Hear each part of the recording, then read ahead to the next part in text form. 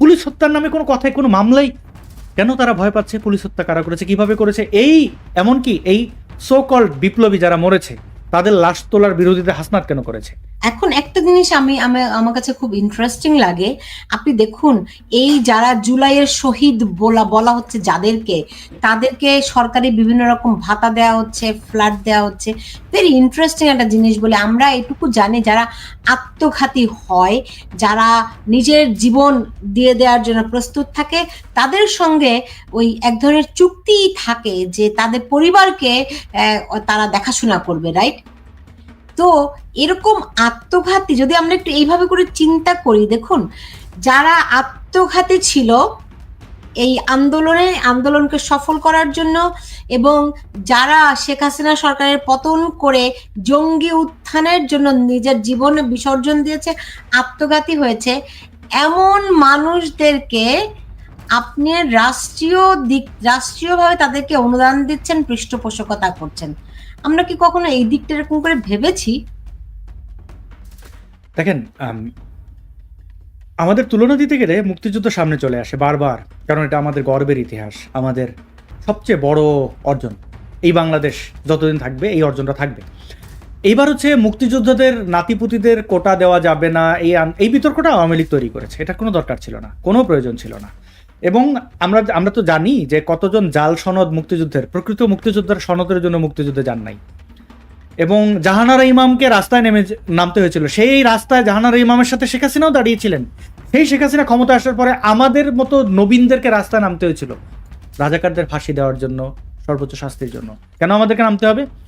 এবার দেখেন, এই যে মুক্তিযুদ্ধ যারা করেছেন, যেটা বলছিলাম, তারা কোনো লোভের জন্য জীবন দেন নাই এবং তারা বিনিময়ে চান নাই। যারা বিনিময়ে পরবর্তীতে জাল সার্টিফিকেট দাবি করে, এগুলো অনেক ভুয়া মুক্তিযুদ্ধ হয়েছে। এবং সেই ট্রেন্ড আওয়ামী লীগ একদম এই পতনের এক পর্যন্ত রেখেছিল, এই নাতিপতিদের এগুলো করা। এইবার কথা হচ্ছে, এখন যাদেরকে ওই মুক্তিযোদ্ধা ভাতা দেওয়া, এদেরকে ওই তাদের অবদানের জন্য দেওয়া হচ্ছে না, তাদেরকে মুখ বন্ধ করার জন্য দেওয়া হচ্ছে।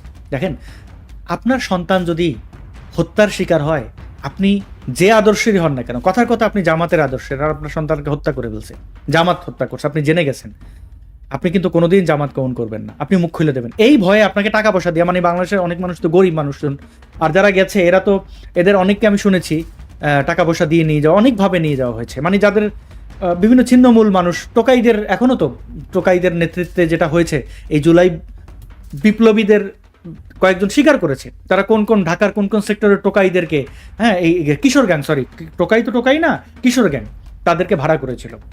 তো এদের মুখ বন্ধ করার জন্য তারা যে আসলেই বলির পাঠা হয়েছিল এটার জন্য না বলে দেয়। আমি একটা উদাহরণ দিই, মুগ্ধের একটা নানি আছে, লাইজু না ফাইজু কি নাম জানি, দেখবেন যে খুব মনোযোগ দিয়ে ইউনুসের দালালি করে। পরে আমি জানলাম যে সে বেশ মোটা অঙ্কের টাকা পেয়েছে। এখন মুগ্ধের ভাইও কিন্তু, মানে এগুলো তাদের পারিবারিকভাবে জানে মুগ্ধ কিভাবে মারা গেছে। মুগ্ধের যে জামাত বিরোধী যে স্ট্যাটাসটা ছিল, এই জুলাই আন্দোলনে জামাত শিবির যেন না আসে এই কথা বলা, এটা কিন্তু তখন খুব ভাইরাল হয়েছিল। কারণ এখানে অনেক মুক্তিযুদ্ধের বা অনেক আওয়ামী লীগের ছেলেপেলেরাও করেছিল যে চলেন শরীরটা ম্যাচ করতেছে, একটা বিপ্লব করে আসি। আমরা গণজাগরণে এরকম ম্যাচে বিপ্লবীদের দেখেছি।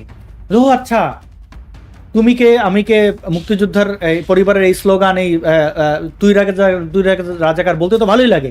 ওমা, এরা অবশ্য জামাত শিবিরের লোকজনও ছিল, এমনও লোক আমি দেখেছি। মানে তখন তো আমি জনগণের কাতারে, তাই না, মাঠে, মানে এখন তো হয়তো আমাকে এই কথাগুলো অনেকে বলবে না, বলবে যে এই কথাগুলো ওরে বললেও যে বলে দেবে অনেক জায়গায়, মানে পাবলিকলি যেহেতু কথা বললে এটা একটা সমস্যা।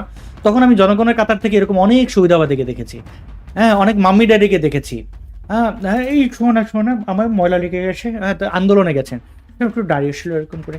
তো এইরকম অনেক হালের অনেককে দেখেছি। তাদের অনেকে, মানে গণজাগরণ যদি সহিংস আন্দোলন হতো তাহলে অনেকে মরতো।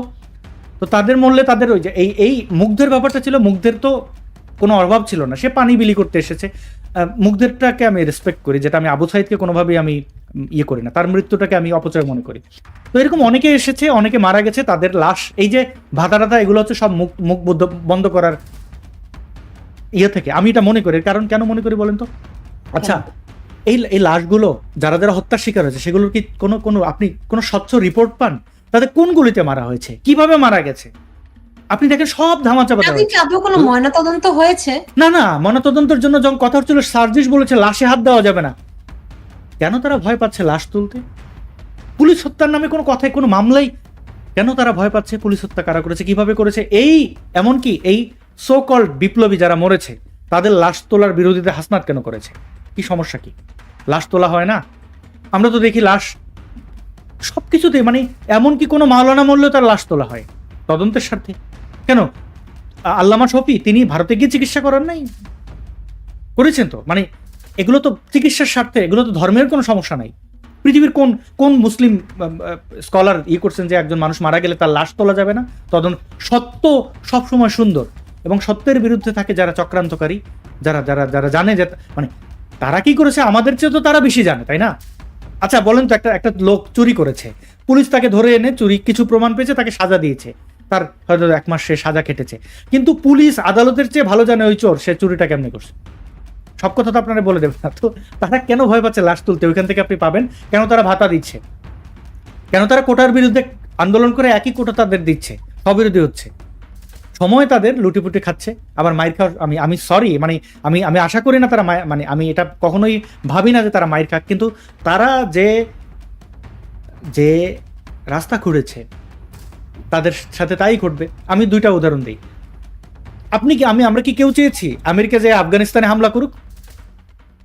ওসামা বিন লাদেন যে কাজটা করেছে তারপরে আমরা বাধা দিতে পেরেছি? পারি নাই। আমেরিকার বা এই কয়েকদিন আগের ঘটনাই যাই না, হামাসের ব্যাপারটা দেখেন না, 7th অক্টোবরের পরে আপনি দেখেন তাদের 50,000-এর সংখ্যা ছাড়াই গেছে গাজায়। কই বিশ্বের কে কে কথা বলছে দেখেন? আপনি বড়জোর বাংলাদেশে বসে কোকাকোলা বয়কট করতে বাটার জুতার চুরি করে আনছেন, কিন্তু আপনি ইসরায়েলকে থামাইতে পারছেন? পারেন নাই। আমি বলতেছি না যে এটার সাথে এটার তুলনা, আমি বলতেছি যে যারা আজকে এত হম্বিদম্বি করতেছে তারা কি আওয়ামী লীগের সংখ্যাটা দেখে না? আওয়ামী লীগের সংখ্যা কত? আপনি কি মনে করেন, ডু ইউ থিঙ্ক বিএনপি বাধা দেবে এই সমন্বয়কদের পেটানোর ক্ষেত্রে? আওয়ামী লীগ যদি কোনো কারণে ফিরবে তো অবশ্যই। তারা যদি তাদের যে বাড়িঘর ছাড়া করেছে, তাদের মা বোনদের কি করেছে সেটা তো আপনি আমি জানেন, সবাই জানি, প্রতিদিন আমাদের উদাহরণ আছে। এগুলোর ব্যাপারে যখন তারা পদক্ষেপ নেবে, ধানমন্ডি 32 নম্বর ভাঙাটাঙ্গা বাদই দিলাম, আপনি কি মনে করেন যে বিএনপি এসে এখানে বাধা দেবে? পারলে বিএনপির লোকজন ঢুকবে আর ওর সমন্বয়। আমি অনেকের দেখেছি, মানে আমি তাদের ভবিষ্যৎ পরিণতি নিয়ে আমি খুবই সন্দিহান, এবং আমি সংশয়ে আছি যে মানে সংকীর্ণ, মানে এই শব্দগুলো কি ব্যবহার করবো, মানে আমি খুব আতঙ্কেই আছি যে তাদের সাথে কি হবে। এখন ভাতাটাতে যা নিচ্ছে নিক, মানে কি বলবো, আমি তাদের জায়গায় হইলে যত বড় বিপ্লবী হইতাম আমি সুন্দর করে দেশ থেকে চলে যেতাম। মানে এইটা আমার চেয়ে বেস্ট উপায়। মানে আমি যদি এই এই চক্রান্তকারীদের ভালো বুদ্ধি দিই, তাহলে এখন সময় থাকতে ওই যে একটা মেয়ে ছিল না, ওদের মধ্যেই বোধহয় সবচেয়ে বেশি বুলিশ শিকার ওদের পক্ষ থেকেই হয়েছিল, তার শরীরের কারণে, তার রঙের কারণে, কি যেন নাম, অবশ্য খুব মানে দেখবেন ক্ষমতা তারা দখল করার পরেই বড় এক সুটকেস নিয়ে তিনি বিদেশ ট্যুরে গেছিলেন। কেন গেছিলেন সেই বিতর্কে যাচ্ছি না, ওইরকম গিয়ে যেন না ফিরে। মানে আপনি জানেন মালয়েশিয়াতে প্রায় 36 জনকে মালয়েশিয়া আটক করেছে জঙ্গি সন্দেহ, এবং বলা হচ্ছে তারা জুলাই আন্দোলনে ছিল।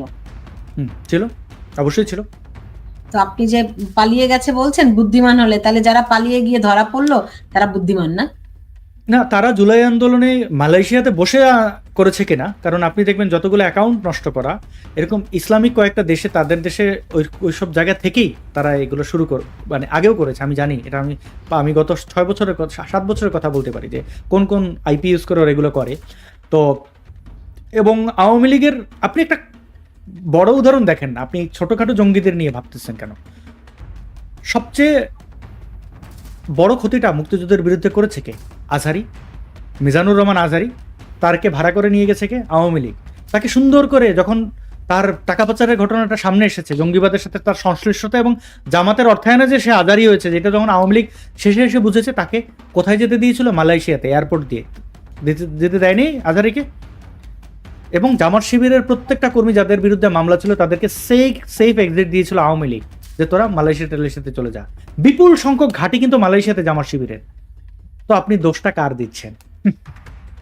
এই আজহারিকে তৈরি করেছে। আচ্ছা আপনি আরেকটা মনে করেন, সুলতান আপা, আমি জানি আপনার আদর্শ কি, আপনি প্রো লিবারেশন ওয়ার্ড, আপনি যে এখন ভূমিকাটা রাখছেন, আপনারা যখন মেইন স্ট্রিমে সাংবাদিকতা করেছেন, এবং আমি খুব ভালোভাবে জানি আপনি পালাই আসা লোক না কোনো কারণে, মানে আপনি দেশ ছেড়েছেন সুন্দরভাবে, কিন্তু আপনি দেখেন বাংলাদেশে এই আওয়ামী লীগের চেতনাবাদ যারা, আমি নাম উল্লেখ করছি, সেই মুক্তিযোদ্ধা ট্রাইব্যুনালের মানে সরি এই এই এই আন্তর্জাতিক অপরাধ ট্রাইব্যুনালের তুরিন আফরোজের কথা নিশ্চয়ই মনে আছে, ব্যারিস্টার তুরিন আফরোজ, শাহরিয়ার কবির, তারা যে টকশো করতো কার সাথে জানেন?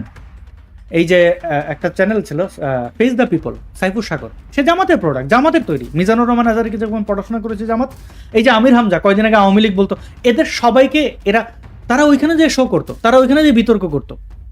আপনারা এখন মানে আপনারা আচ্ছা বুঝলাম মুক্তিযুদ্ধের পক্ষের লোকজন ছিল না, একটা নিরপেক্ষ লোকের কাছে তো যেতে পারতো। তারা টকশো শুনলে শরীরের তুরিন আফরোজের সাথে কি করেছে দেখেছেন?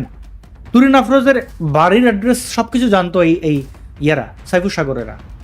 আপনি দেখবেন আওয়ামী লীগের একজন নেত্রী অ্যারেস্ট হয়েছিলেন এবং দাবি করা হয়েছে আওয়ামী লীগের একদম অফিসিয়াল পেজ থেকে, যেটা মুফাসসিল ইসলাম অ্যাড্রেস বলে দিয়েছিল বিএনপির লোকজনদেরকে। কারণ শোয়ে যাওয়ার আগে ওই ফোন নাম্বার অনেক কিছু তো অনেক লেনাদেনা হয়, তাই না? তো অনেকে বোঝেন, আপনি যদি আমাকে সুলতান আপা বলেন যে হোয়াটসঅ্যাপ নাম্বারটা দেন, আমি তো দেবই। তো সেখান থেকে তো ফোন নাম্বার মানে এইগুলো করেছে এই রাজা মানে এই রাজাকার দেশদ্রোহীদের তাদের এই মেটিকুলাস ডিজাইনের অংশে ফাঁদে পা দিয়েছে মুক্তিযুদ্ধের পক্ষের শক্তিরা এবং তারা বিপদে পড়েছে। আজকে দেখেন, হয়তো এখন সময়ের প্রয়োজনে সাইফুর সাগর বোধহয় এখন ইয়েতে নেই, ইলিয়াস তো বহুদিন ধরেই আছে। তাদেরকে আওয়ামী লীগের মুক্তিযুদ্ধের পক্ষের লোকজন তাকে ডেটা দিত, তাকে বের করে দিয়েছে। সে বারবার বলেছে আওয়ামী লীগের লোক তাকে দেশ ছাড়তে সহায়তা করেছে। পিনাকি ভট্টাচার্যকে দেশ ছাড়তে সহায়তা করেছে। আপনি দেখেন এই ভারত থেকে তার ভারতীয় পাসপোর্ট দিয়ে সে গেছে থাইল্যান্ড, ওইখান থেকে সে ইয়েতে, এবং তারকে সরাসরি বিবিসির একজন সাবেক সাংবাদিক এই সাহায্যটা করেছে। আপনি দেখেন গণশত্রু ইয়ার দেখেন না, শফিক, সে কোথায় ছিল? এএফপিতে কাজ করেছে এবং সে কিভাবে তথ্যগুলো সাপ্লাই করতো সেগুলো তো খালেদ মহিউদ্দিন অনেকে এগুলো সাক্ষী দিয়েছে। আপনি পুরো নেটওয়ার্কটাকে দেখতে পাবেন এবং এরা একে অন্যের সাথে ওতপ্রোতভাবে জড়িত। আপনি মালয়েশিয়ার এই গুটি কয়েক ছোটখাটো সন্ত্রাসী জঙ্গিদের নিয়ে আপনি চিন্তিত, বরং একটা ভালো জিনিস যে মালয়েশিয়া এই কথাটা সামনে বলেছে, তারা তাদের দেশকে ভালোবাসে, তাদের দেশটাকে আফগানিস্তান পাকিস্তান হতে দেবে না। এবং আমাদের দেশের এলিট সাংবাদিক